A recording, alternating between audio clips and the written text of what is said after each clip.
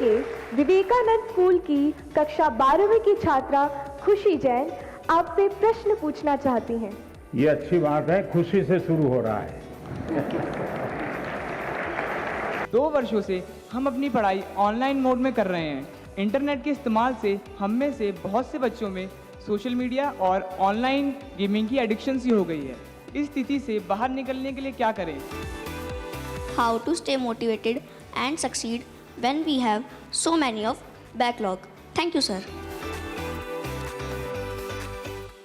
एक साथ आप लोगों ने इतना सवाल पूछ लिए हैं कि ऐसा लग रहा है कि मुझे ही पैनिक से गुजरना पड़ेगा।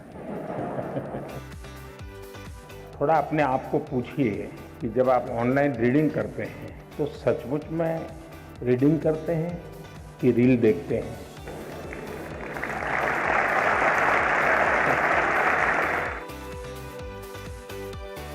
जो चीजें ऑफलाइन होती हैं वही चीजें ऑनलाइन भी होती हैं।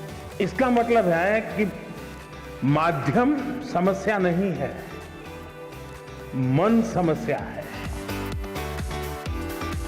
क्या छात्र परीक्षा से डरते हैं या अपने माता पिता और शिक्षकों से? परीक्षा जीवन का एक सहज हिस्सा है, हमारी विकास यात्रा का छोटे छोटे पड़ाव है और उस पड़ाव से हमें गुजरना है। हम गुजर चुके हैं। एग्जाम देते देते देते एक प्रकार से हम एग्जाम प्रूफ हो गए हैं। दिन भर में कुछ पल ऐसे निकालिए कि जब आप ऑनलाइन भी नहीं होंगे, ऑफलाइन नहीं होंगे, इनर लाइन होंगे। हमारे 8वीं 10वीं कक्षा के बच्चे 3D प्रिंटर बना रहे हैं। आनंद आ रहा है कि हमारे 8वीं 10वीं कक्षा के बच्चे वैदिक मैथमेटिक्स का ऐप चला रहे हैं और दुनिया भर के स्टूडेंट उनसे सीख रहे हैं। मैं परीक्षा संबंधी तनाव से कैसे निपटूं? अगर मेरे अंक अच्छे नहीं आए तो क्या होगा? कि आप कभी एग्जाम को ही एक चिट्ठी लिख दो, हे डियर एग्जाम,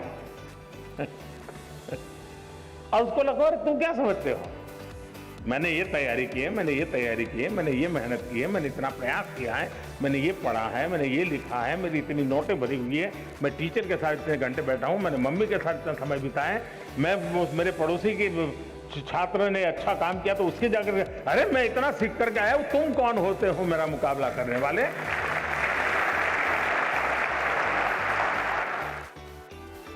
जो इस वर्तमान को जान पाता है, जो इस वर्तमान को जी पाता है, उसके लिए भविष्य के लिए कभी भी क्वेश्चन मार्क नहीं होता है। इसका मतलब कि आप पर प्रेशर है टीचर का, आप पर प्रेशर है पेरेंट्स का, और इसलिए आपको उलझन है कि मैं मेरे लिए कुछ करूं कि उनके कहने पर करूं। अब उनको समझा नहीं पा रहे हैं और मैं अपना छोड़ नहीं पा रहा हूं। ये आपकी चिंता मैं महसूस कर रहा हूं। मुझे समाज से भी यही आग्रह है कि आप बेटे बेटी में कोई अंतर मत कीजिए, दोनों को समान अवसर दीजिए। और मैं कहता हूं शायद समान इन्वेस्टमेंट से ही, समान अवसर से ही अगर बेटा 19 करेगा तो बेटी 20 करेगी।